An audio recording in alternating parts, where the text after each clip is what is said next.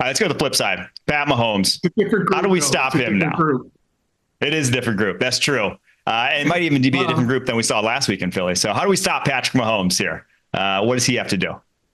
well, listen, I think the game plan for Patrick Mahomes is always you don't want to blitz Patrick, right? He can make you pay, kind of try and contain him. And I think that falls into Philly's hands really well, given what they have in that front seven, in the front four specifically. I think Jalen Carter's the X factor in this game. I really do. I always felt like as a quarterback, internal pass rushers, guys who can collapse the center of the pocket, who can win when they get one-on-ones, or who can push double teams into your lap, into your feet. Those were always like the guys that drove me the most crazy because it gets in your vision, it gets in your lap. You just feel uncomfortable when there's guys, in that space.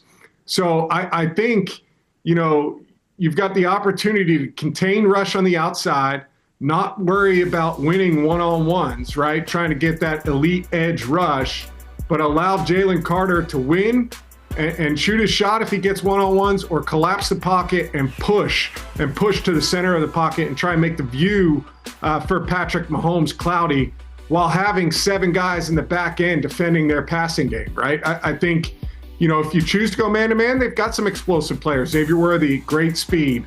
Hollywood Brown has a big game last week. Travis Kelce, will he be that guy? But I think they play a lot of zone behind it and just try and make it muddy for Patrick and collapse the center of the pocket. That's what I think the Eagles will try and do. Matt, I think you are spot on there. It's going to be a bend, don't break defense from Vic Fangio. We've seen it time and time again. And the battle, to your point, is going to be in the middle of that offensive line, the middle of that defensive line, the center of the field. And luckily for football fans, we get all pros on all pros there with Jalen Carter, Creed Humphrey, Trey Smith. You're going to be looking at Caliendo getting tested often. And to your point, contain rush on the outside, because if you are denting the inside of the pocket for Patrick, in my opinion, there's nobody better at creating explosive plays outside of the pocket. There's a few guys that could throw their hat in the ring.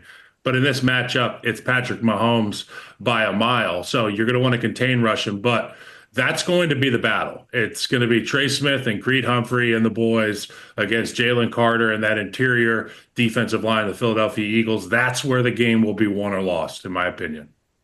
I think one of the most interesting things, too, is don't forget Joe Tooney, interior, moved to left tackle, right?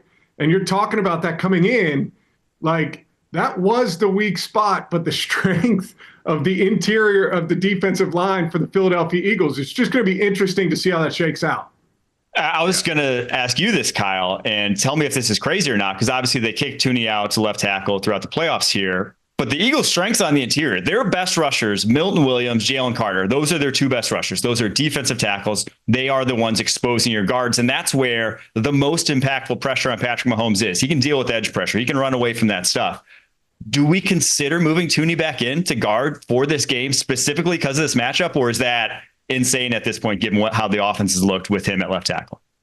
We preach continuity all the time in the National Football League. We preach it even more so in the offensive line room relative to other rooms. And I feel like it would be a real disservice to the entirety of the unit to have some lineup changes before this matchup. Because look, at the end of the day, Patrick feels comfortable getting to the top of his drop with Joe Tooney at the left tackle position, the guy he can't see, the guy he has to trust with quite literally his life and limb. So you keep him out there. Patrick understands what 0 is. You know what I'm saying, Matt? Where you put that back foot in the ground, you're like, okay, that's the wall right there. And I'm going to step up into the pocket. Now you got to have faith in Trey Smith, who's probably about to be the richest guard in the history of the National Football League this coming season. And then a first-team All-Pro, Creed Humphrey, to be there to help out with Caliendo on the left side. And you just go let the dogs eat the dogs. And as Creed Humphrey says, it's going to probably be a salt mines game. We're going to take them into the mines, and we're going to find out how bad they want it.